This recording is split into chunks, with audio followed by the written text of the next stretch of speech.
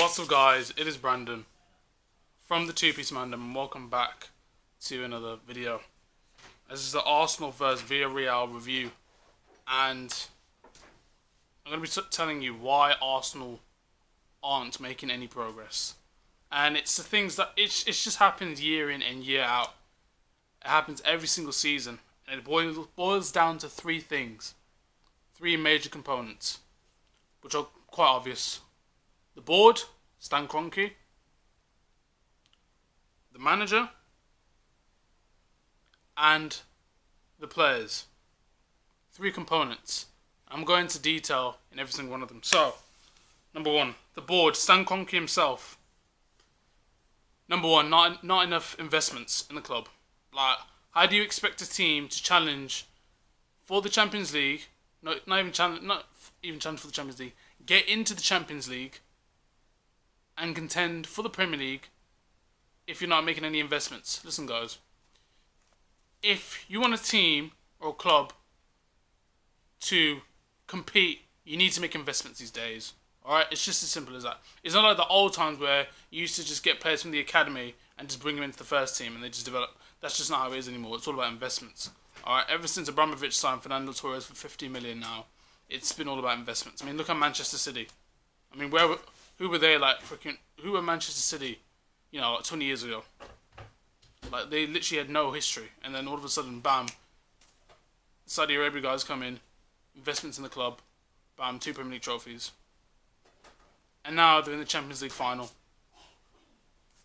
Investments. You need to make investments. And with Stan Kroenke, he's just not willing to put the effort in or make the investments. Hence the reason why Arsenal aren't signing players that are good enough. Like, you're signing players like Willian and David Luiz, alright? Like, they were good at Chelsea during the 2014-2015 season. That's when they were at their prime. Now they're just not. Now it's just, they're getting old. Like, they're getting on. They're old. They're not as good as they used to be. David Luiz is still making mistakes. Willian hasn't made an impact at Arsenal at all. Like, it's just not happening. So you need to make investments. Number two, negotiations breaking down. I watched an interview with, was it Piers Morgan and Cristiano Ronaldo? And Piers Morgan asked Cristiano Ronaldo, how close was he to signing for Arsenal? And he said he was that close. That close. Look how close that shit is. That close to joining Arsenal. Cristiano Ronaldo was that close to joining Arsenal. Imagine if he did. Imagine the trophies he would have brought Arsenal Football Club. Imagine. Negotiations breaking down on major components. Especially for big players as well. That can change a game. Now, not just change a game, not just win, not just score you goals, not just give you assists, but to uplift the players as well. I mean, look what happened where as soon as Cristiano Ronaldo left Real Madrid have gone to crap. They have gone to rubbish. You see in that Champions League semi-final when they faced Chelsea at Stamford Bridge, I guarantee you if Ronaldo was back in that squad, they would have won that. And they would have been through to the final. Guarantee it. As a Chelsea fan, I'm saying it. Because Ronaldo just doesn't bring skill, goals and assists. He uplifts the whole team. He makes everyone play better. It's leadership. And that will lead on to my third component. But now we're just talking about the board. So with the board, no investments, no negotiations breaking down. Now number two, managers. The manager at Arsenal Football Club, Mikel Arteta. Honestly, I didn't really think he was the right guy for it. I know what people are saying, he said trust the process. After that performance against Villarreal, that process is gone. To be honest, I never trusted the process anyway. I think people were telling me that Arsenal have made progress, but they haven't made any progress. They've gone worse. Ever since Arsene Wenger left, they've gone worse. So, with the manager, wrong tactics. If the tactics don't fit the players, then it's just not going to work. It's like you want to put, as soon as you lose the ball, you want to press and press and press. If the players don't have the stamina or the players are too slow to press, then it's just not going to work. Like, for example, playing long ball. If you have players that are really, really short, then why are you gonna play the long ball tactic? It don't work. Like they're not gonna win the header. So that's tactics. Number 2, atmosphere in the club. Atmosphere in the club. All right. If it's a good atmosphere, then everyone's getting along. Everything's going jolly good. All right. That means the players are more likely to play better. Let's say if the atmosphere's just gone downhill, then the players are just gonna go to crap. All right. And I know that because in the 2015-2016 season, where there was a lot of conspiracy, when Jose Mourinho was the manager, right? All the players turned on him. Didn't want to play for him. Alright? Atmosphere was weird. Atmosphere wasn't good. Bad atmosphere. We finished 10th in the league. That goes to show you how much atmosphere and, being liked in the club, players liking the manager, players believing in his system, affects the whole team. It shows you, and it affects their earnings as well, because they're not going to earn a lot of money if you finish, below like 10th in the Prem. So it affects them. Number 3, man management, and I think this is one of the most important things. All about man management. All right. Listen, all right. Pep Guardiola, in my opinion, I think he's one of the best. Two managers that I think that are amazing in man management. Pep Guardiola, right, and Jurgen Klopp. There are loads of big egos at Manchester City, alright? But Pep Guardiola can man manage them, alright? Pep Guardiola can speak to them in a certain way. Pep Guardiola can bring them together. He can influence. The team. He can give them motivation, alright? That's what Pep Guardiola does. He does that with Kevin De Bruyne. He did that with Sergio Aguero. He did that at Barcelona with Lionel Messi, David Villa, Iniesta, Xavi, Busquets, all these players. And that's what Arsenal need as well, man management. So I think if Arsenal's players were man managed better, the better manager, they played way better. Alright, and I think the team would play, in one motion, if that makes sense. They play in one motion and they score a lot more goals. Alright. Number 4, player relationships.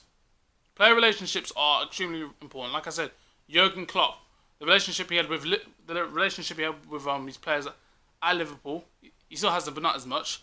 Last season, before he got the injuries, it was amazing.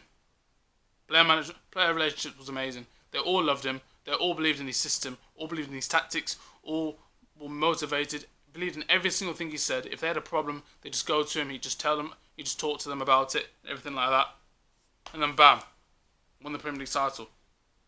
Player relationships are very, very important when it comes to managers. And I just think with Arsenal, I just don't think the player relationships with Mikel Arteta are that good. If I'm being honest, I just don't think they're that good. And you see it on the pitch. I mean, like, you can do all these training videos all you want, but if the player relationship isn't amazing, then I think that's just one of the reasons why Arsenal aren't really getting to that high standard of where they should be or where they want to be in the future. Like I said earlier, motivation, man. Like, who's motivating these Arsenal players? Is Mikel Arteta motivating these Arsenal players? Like, I don't see any motivation in the squad. The motivation should be to get to the Europa League final. Alright? So when, he managed Arsenal. I think it was either Unai Emery or Wenger. Right, that versus Chelsea at Baku. There was motivation to get to the final. There was motivation to get there and beat Valencia. Motivation. The manager motivated them. Saying that we want to be in the final, we want to win this trophy, we want to get into the Champions League where we belong. Motivation. Right, it shows. Motivation is very, very important. And that's what the manager needs to do towards these players. In all honesty, right, the players should be motivated themselves. They should have self-motivation to know that if we win this final, we will get into Champions League. That should be motivation in itself. But the manager should also give them that extra boost, that extra confidence, that extra motivation. That's what the manager should do. Now, moving on to the third component. Players. Alright. Number 1, skills. Now, skills are important. Like, for example, players like Ronaldinho, skills changing the game, creating more space to lay off a pass, getting past a defender, scoring the goal, winning the game. Right, skills are very important. Believe you need like 2 or 3 players that are very very skillful, that are willing to take on defenders. Give them to create space and just score goals. You need skills. All right, it's very very important. I can't stress how importance. Doing even a little like freaking shoulder feint or a little step over, just to get past a player to create space. I don't think Arsenal have a lot of players that are full of skills. They have Nicolas Pepe, and let's be honest, he's the only one that really does the skills. And look, that's just it. To be honest, it's just him. So you need more players that you need to invest in more skillful players. Number 2, leadership. There are no leaders in this Arsenal squad. None. Especially against Villarreal at the Emirates. There were none. No leaders at all. Right? It was a tame performance. It was rubbish. You need leaders in the squad.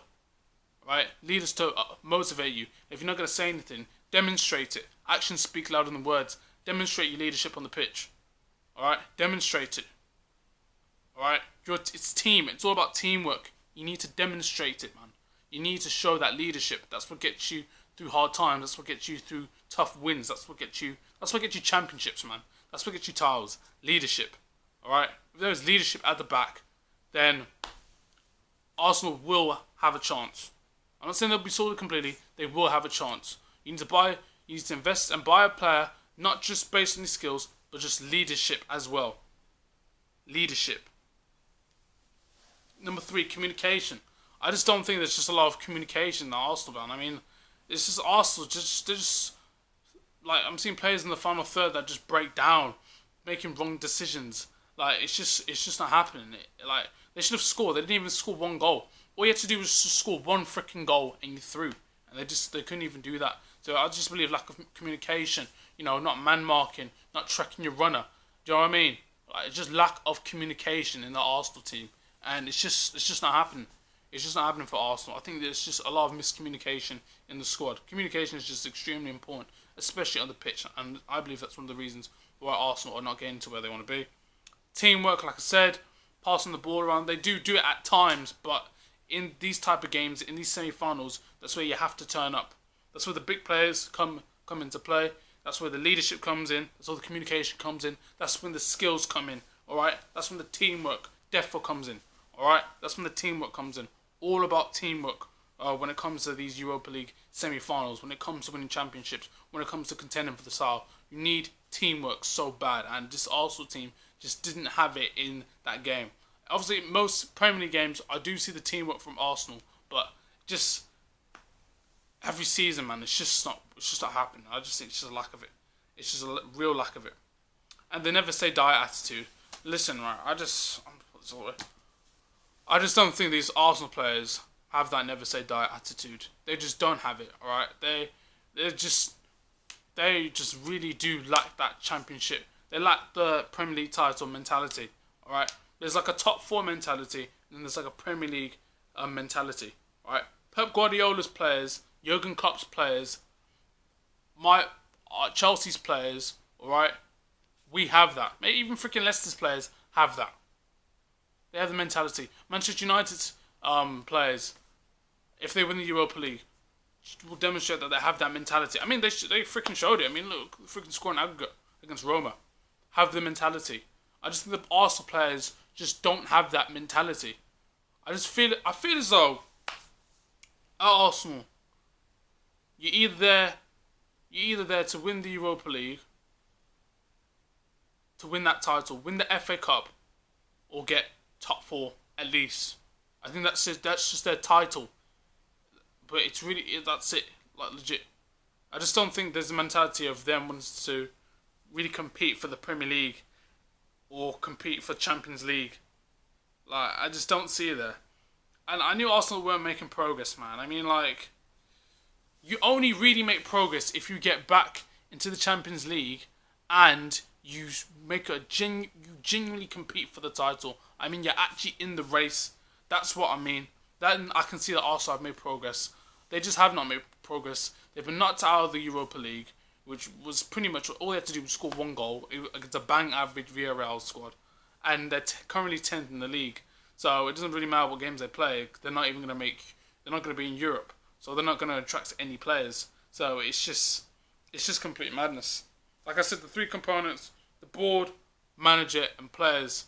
People like to blame players. People like to blame the board. People like to blame the manager. It's all three combined.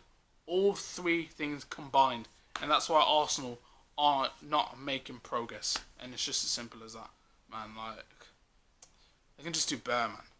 Like people talking about Arsenal because of the football they play, all the championships, all the history.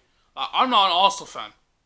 Like, I'm kind of delighted that they got knocked out, but just to see the way they're just getting knocked out, it's just the club it's just going downhill.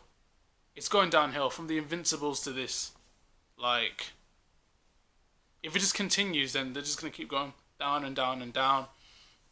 Imagine players won't be going to Arsenal because they're not going to be in Europe. You're just going to attract small tame players, and it's just as simple as that. Like players like Aubameyang, you think he's going to stay? Yo, if you guys enjoyed this video, make sure you leave a like. Don't forget to comment as well. Don't forget to smash that subscribe button as well. We want to get to 2K by the end of the year. That would be very, very nice. I'll see you guys in a bit. And peace!